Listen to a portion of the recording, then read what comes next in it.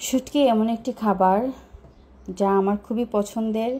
এই শুটকি যেদিন আমি রান্না করি সেদিন আমার পুরো ঘর একদম শুটকির ঘ্রাণে ম করতে থাকে। অনেকেরই এই শুটকি পছন্দ না, কিন্তু যেহেতু আমার পছন্দ সেহেতু আমার ভালোই লাগে।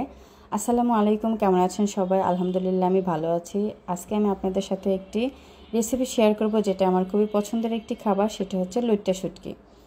প্রথমে শুটকিগুলোকে ছোটো ছোটো করে কেটে সেটা গরম পানিতে সিদ্ধ করে নেবেন। যেহেতু শুটকিতে প্রচুর পরিমাণে জীবাণু থাকে, সিদ্ধ করার পরও ঠান্ডা পানি দিয়ে কয়েকবার ধুয়ে নেবেন। ধুয়ে নেওয়ার পরে এই তো আমি পাটায় বেটে নিচ্ছি। পাটায় বেটে নিলে হয় কি, শুটকিগুলো মশলার সাথে খুব ভালোভাবে মিশে যায়। এরপরে কড়াইতে কিছু পেঁয়াজ রসুন দিয়ে হালকা করে ভেজে নিব মিডিয়াম আঁচে।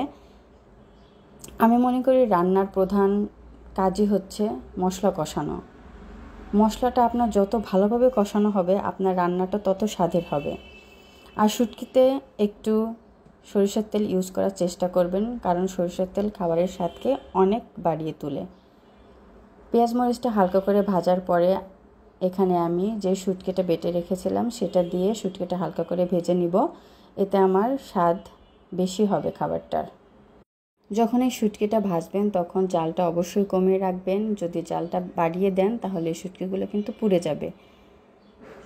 হালকা আঁচে এই শুটকিটাকে সুন্দর করে ভেজে নিতে হবে।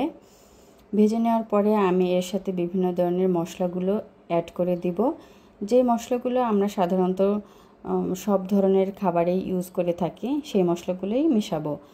যেমন ধরেন হলুদ গুঁড়ো, মরিচ গুঁড়ো, ধনিয়া গুঁড়ো, জিরা গুঁড়ো, লবণ স্বাদ মতো যে যেমন খান। তবে আমি মনে করি লবণটা রান্নার সময় কম দেওয়াই ভালো, কারণ লবণ বেশি হয়ে গেলে খাবারের স্বাদ একদমই নষ্ট হয়ে যায়। এই যে অনেকটা সময় ধরে কষ্ট করে যে রান্নাটা করা হয় সেটার স্বাদটা পুরোটাই নষ্ট হয়ে যায়। তাই যখন লবণটা দেওয়া হয় তখন পরিমাণ মতোই দেওয়া ভালো। প্রয়োজন হয় কম হোক, বেশি যেন না হয়। এরপরে আমি কিছুটা সময় মশলাটাকে শুটকির সাথে মিশিয়ে নিব, যাতে মশলাটা শুটকির সাথে একদম মিশে যায়। এরপর আমি পানি দিয়ে দিব।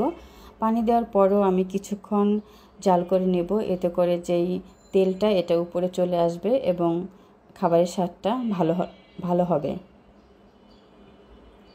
খুব বেশি পানি দেওয়ার প্রয়োজন নেই, কারণ যেহেতু আমি আগেই শুটকিটাকে একবার সিদ্ধ করা হয়েছে, তাই পরিমাণ মতো পানি দিতে হবে, যাতে করে সিদ্ধটা যেহেতু আগেই হয়েছে শুধুমাত্র মশলাটা শুটকির সাথে ভালো করে মিশে যাওয়ার জন্য। এই তো দেখতেই পাচ্ছেন আমার শুটকি রান্নাটা প্রায় শেষ। কালারটা কত সুন্দর হয়েছে।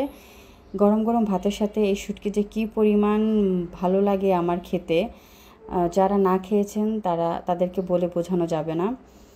আমার খুবই পছন্দের একটি খাবার। ভালো লাগলে ভিডিওটি শেয়ার করবেন। সকলকে অনেক অনেক ধন্যবাদ। আসসালামু আলাইকুম।